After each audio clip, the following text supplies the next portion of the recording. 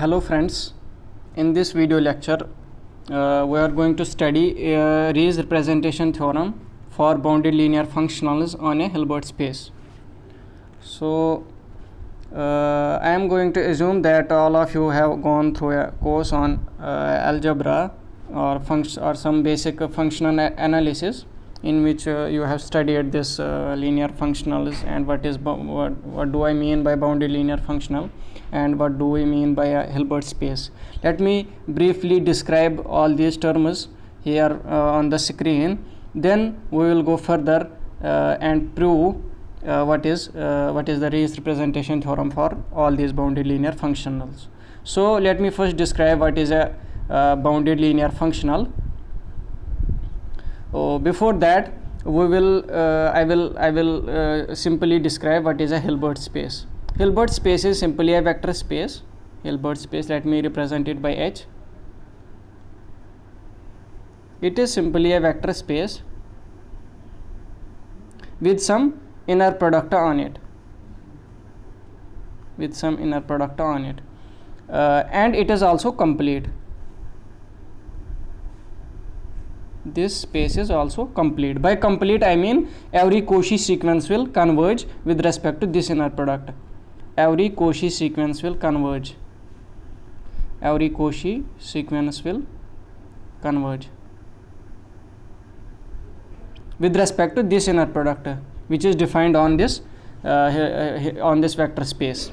Therefore, by a Hilbert space, I mean a vector space with an inner product with an additional structure on it, that is this inner product, which is a two variable function, and it is complete with respect to this inner product, by which I mean every Cauchy sequence will converge in it. By a bounded linear functional, what I mean, as you all of know, functional is simply a function on a vector space to the underlying field, and here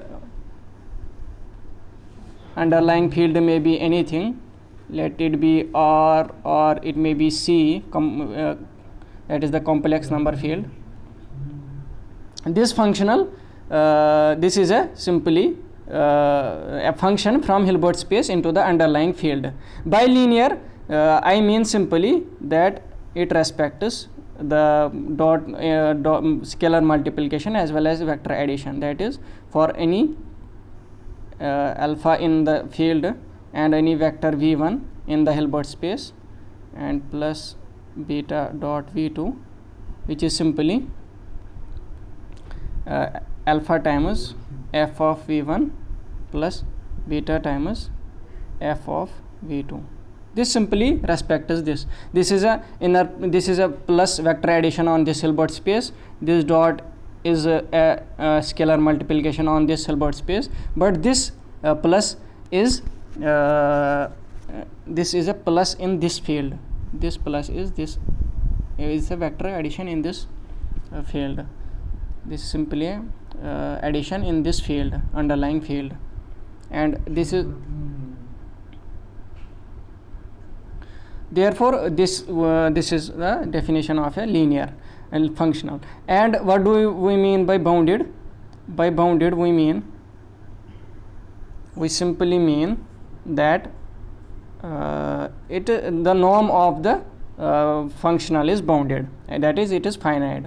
By bounded, I mean if I take any vector for all vector for all v in Hilbert space, f of v,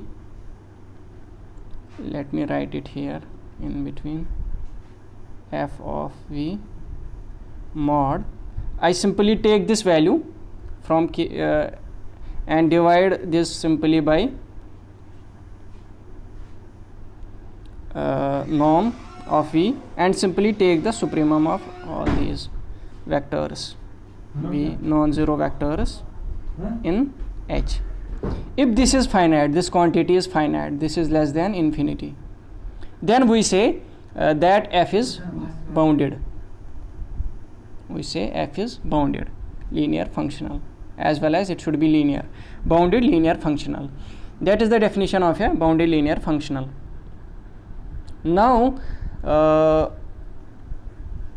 what does a Riesz representation theorem says about all these bounded linear functionals on a Hilbert space? It simply says that we have a representation for all these linear bounded functionals on a Hilbert space. That is, simply we can represent all these linear bounded functionals by inner product, by which is defined on that Hilbert space. It is kind of a representation, like all of you know, in the finite dimensional theory of the vector spaces, every linear operator, every linear map from vector space, finite dimensional vector space into a finite dimensional vector space, we can represent it by, with respect to fixed basis, we can represent it by m by n matrix, which is the representation of this linear map. And with respect to in the matrices, we can easily deal with some product and all the powers. You have all the theory for that, which is simply a represent with respect to fixed basis. With respect to a fixed basis for this V1 and for this V2. In the same case, in case of the Hilbert spaces, we also have this kind of representation for all these bounded linear functionals. But since generally we don't have finite dimensional vector these Hilbert spaces, generally like in quantum mechanics or all those, when we deal with the practical examples, we don't have generally finite dimensional spaces. In that case, the matrix corresponding to the linear map, this will be infinite dimensional, which will not make any sense. Infinite columns, it will have infinite rows. Therefore, there is another kind of representation for all these linear bounded functionals. Let me first describe a map on a Hilbert space, and then we will state the Riesz representation theorem. First, let me describe a map. Let me define a map from this Hilbert space into the underlying field. Let me describe this by, let me define it this by f of x is simply inner product of x with take some fixed let us say, suppose lambda, some lambda here in Hilbert space, some vector in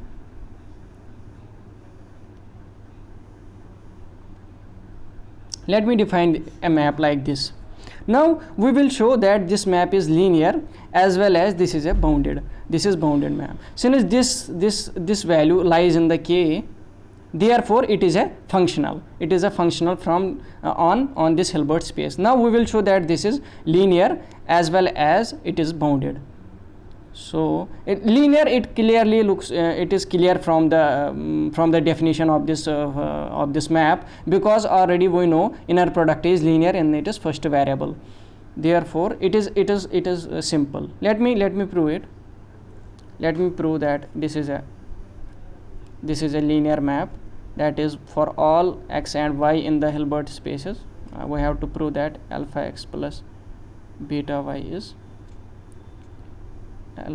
of x alpha times plus beta of f of lambda times y. It is a simple fact. You can simply prove it by f of x plus beta y will simply be inner product of alpha x plus beta y with this fixed lambda. And we know inner product is linear in its first variable, therefore this alpha and beta will come out, it will spit it out, it will be simply plus beta of y lambda, which is simply this value. Therefore from this simple fact observation we get that this is a linear map. Now we will show that this is a bounded linear functional. For that we will simply show that it is norm is finite. Norm is finite. So what will be its value? It is norm. It will be simply, as I described, supremum of f of lambda of x over all supremum we are taking supremum over all non-zero vectors in the Hilbert space. So what will be its value? It will be simply supremum of, what is this value? This is simply inner product of x with the lambda, its mod over non-zero x. And also famous inequality by the Cauchy-Schwarz inequality, which states that the mod of the inner product, that is length of the inner product of the two vectors, is always bounded by their norms. That is, let me write it first. Cauchy-Schwarz inequality tells us that for any two vectors in a vector space, norm vector space, we have the mod of this is bounded by x, norm of x and norm of y, which is simply a generalized version of the basic fact you know in your earlier classes. You have studied that a dot b is always dot product of a dot b is always bounded by the length of a, length of b, which is simply a generalized fact of this notion.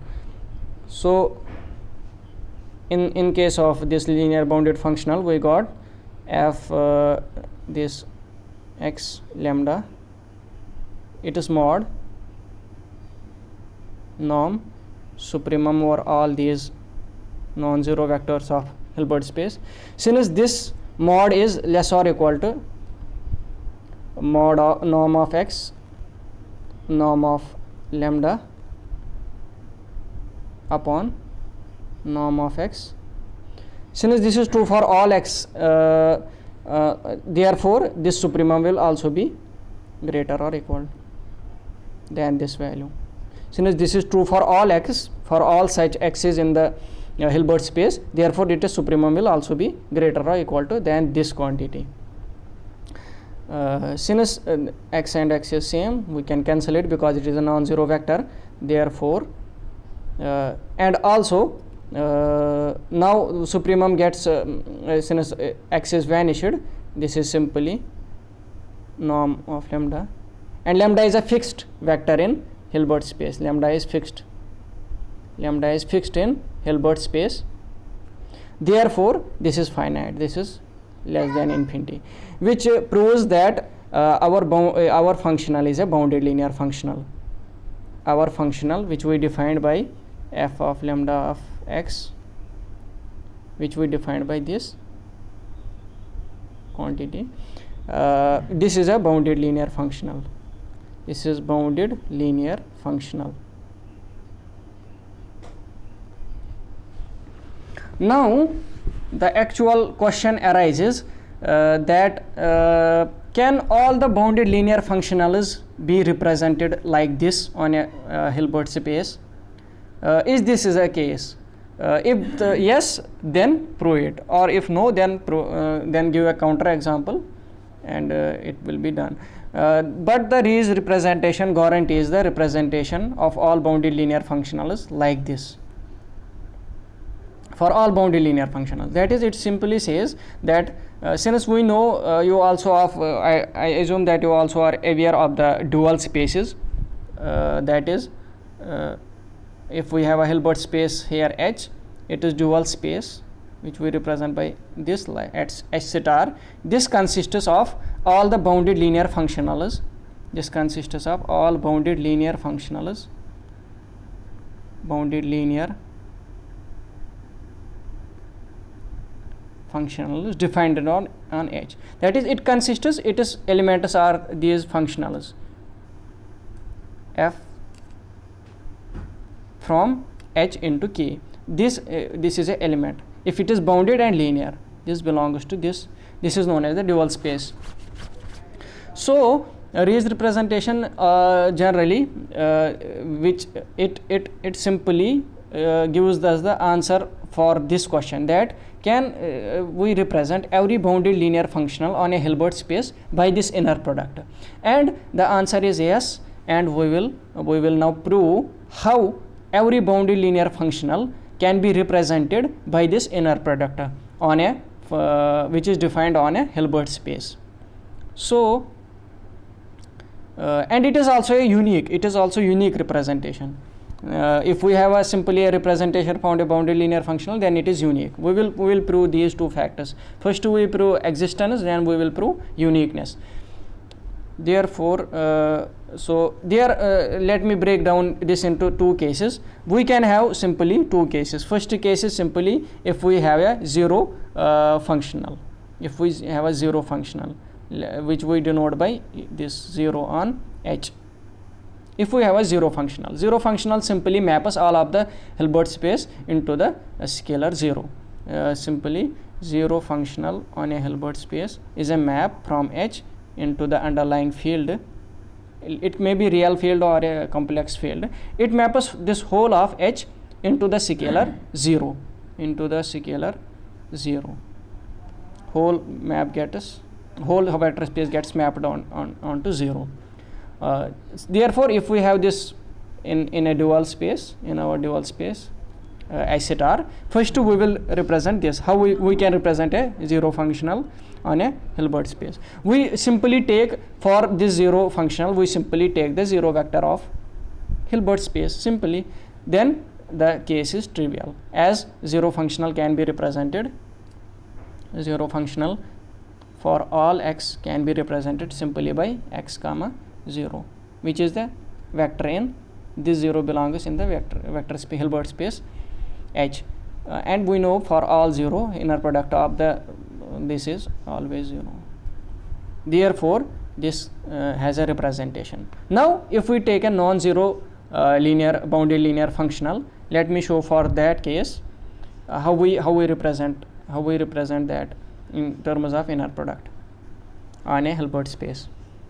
Now if we take a non-zero bounded linear functional, if we take f to be non-zero bounded linear functional, non-zero, which clearly means that all of the Hilbert space is not the kernel of this f, because if all the Hilbert space gets sent down into the 0, then this will be a zero linear functional.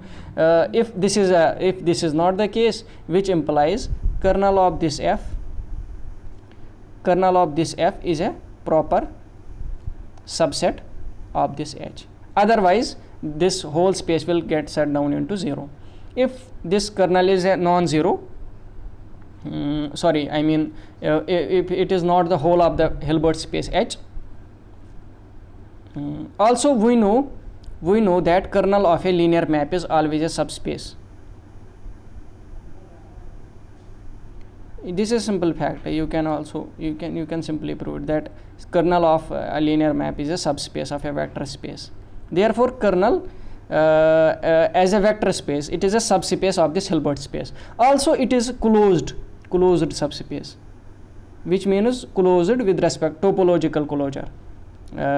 This is also a simple fact. You can prove it. This is simple exercise. You can prove it. Simply prove it that kernel of a linear bounded functional is a closed subspace of this Hilbert space. It is simple fact, which means this is also a sub-Hilbert space. This is a sub-Hilbert space because it is also complete. As we know, every closed subspace of in norm spaces, it is also complete. Therefore it is a sub-Hilbert space, this kernel, and it is properly contained. Otherwise this will be a zero functional. And we also have another theorem for the Hilbert spaces, that every Hilbert space can be decomposed, which is projection theorem for the Hilbert spaces.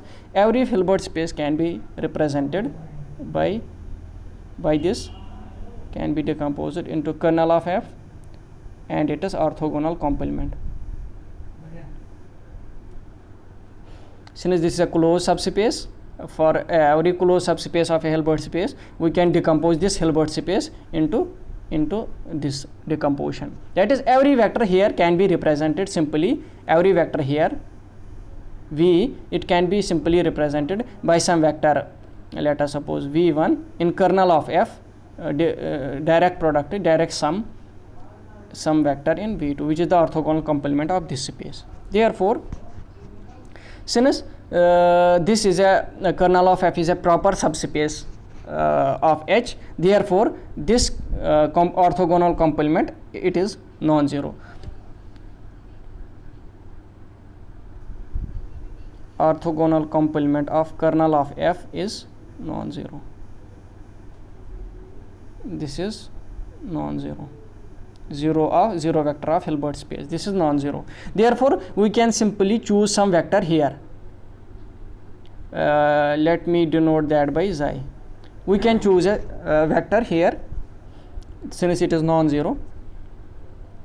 Now we have to define a lambda which will take care of that representation, how we will represent our bounded linear functional in terms of inner product. From this we will define our lambda. Without also we can take, for simplicity, we can take it as norm to be 1 unit norm. It can be, we can take this to be unit vector. Because this is a non-zero vector, we can simply divide it by its norm and it will become a unit vector. Therefore, without for the sake of convenience or without the loss of generality, we can simply choose its norm to be 1. Remember, this is a non-zero vector in the orthogonal complement of the kernel of f and its norm is 1. That is, it is a unit vector. Now we have to determine lambda. We have to determine lambda in order to give the representation for that non-linear bounded functional. We can simply choose this lambda to be xi, which clearly belongs to kernel of f perpendicular orthogonal complement of the kernel of f. And if we simply apply f on that, if we simply f our bounded linear functional apply on that, it is simply a scalar. Since this is a subspace, if we multiply scalar multiple by of this vector by this scalar, we will still remain in our space. That is, if we simply, or if we can also take the conjugate. Later we will see why we take conjugate of this scalar, which is in this belongs to underlying field. So we can scalar multiply this vector by this vector. Okay. Therefore, this is our constructed lambda. Now we will show that every bounded linear functional can be represented in our product of a vector in Hilbert space and this lambda. This we constructed, this lambda. Later on we will show that this constructed lambda is unique.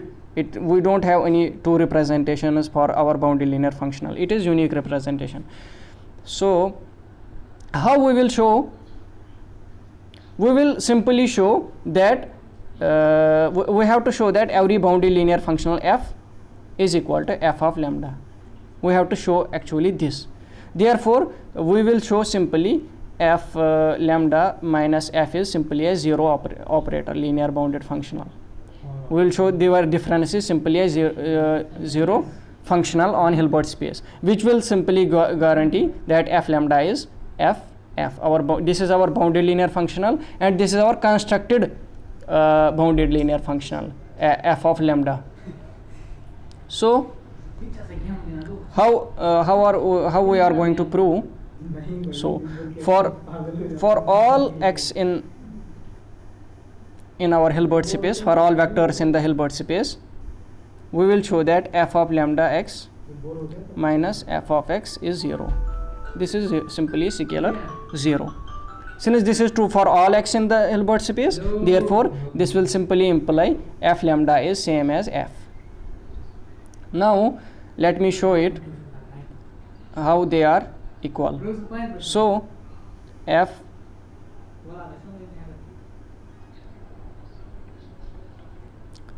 lambda of x minus f of x let me write its value. This is simply x lambda minus this is simply f of x. This is the definition of f of lambda as I proved before.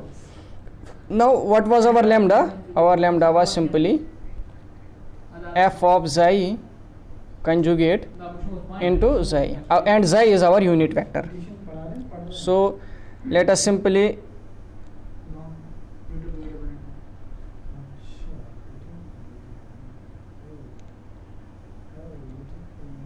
put this value in this inner product.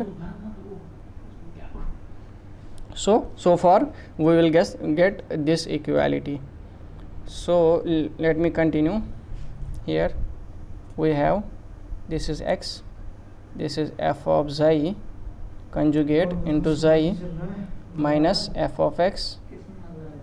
Since xi was our unit vector, we can simply multiply this by this scalar, which is simply 1, because inner product of xi with xi is 1, which is the norm square of xi, which is 1. Now what we can simply do is we will use the properties of inner product. Since we know inner product is conjugate linear in the second variable, therefore we can pull it out and shift back it into the first variable. We can pull this out into here with the lifted we can lift this conjugate and then put it back in the first variable.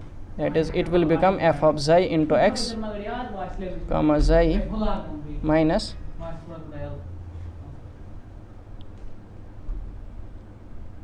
f of x is simply a scalar. We can also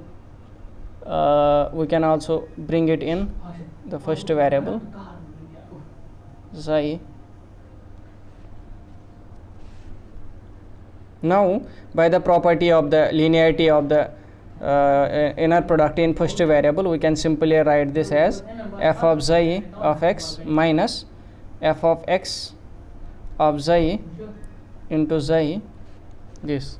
So our equality gets reduced to this. Now if we simply show this inner product is zero for all x, then we are through. Since this xi was in the orthogonal complement of the kernel, and if this vector, this difference, if this difference lies in the kernel of the f, then this inner product will certainly go to 0, because we know that the inner product of two orthogonal vectors is 0. So we will simply show that this belongs to the kernel of the f. We will simply show that f of xi into x minus f of x into xi, this simply belongs to kernel of f. For that we will simply execute f on this vector minus f of x into xi, which will simply, since this is a scalar, f of xi is scalar, by this, and this is linear, f is linear, we can pull it out, which is simply f of x minus, and this is also a scalar, we can pull it out, and this is f of xi, which is clearly 0. This is clearly 0, which implies that this vector belongs to the kernel of f. Therefore inner product of f of xi into x minus f of x into xi, inner product with xi, is 0. Why? Because this was our element in the kernel of f complement, orthogonal complement, and this belongs to kernel of f.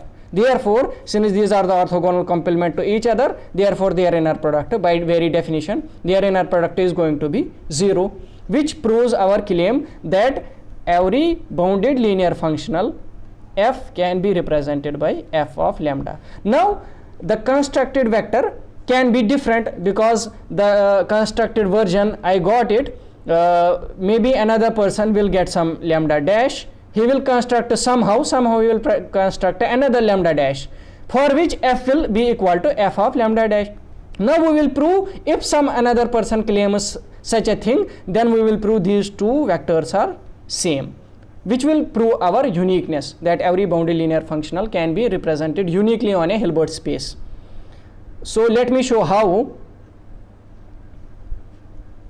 So if our f bounded linear functional can be represented by f of lambda 1, which is same as f of lambda 2, because these are the two representations of the same bounded linear functional, therefore they must be same. Now we will prove that lambda 1 is lambda 2. So by very definition, let me write it here, f of lambda 1 is equal to f, which is f of lambda 2. By very definition, this is simply x lambda 1, and this is for all x in the Hilbert space H, which is same as some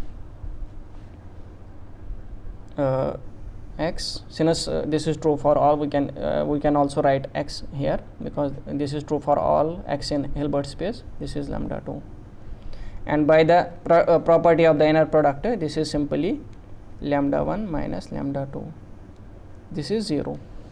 Since this is true for all x in the Hilbert space, and since our lambda 1 comma lambda 2 are also in the Hilbert space, therefore lambda 1 minus lambda 2 will also belong to Hilbert space.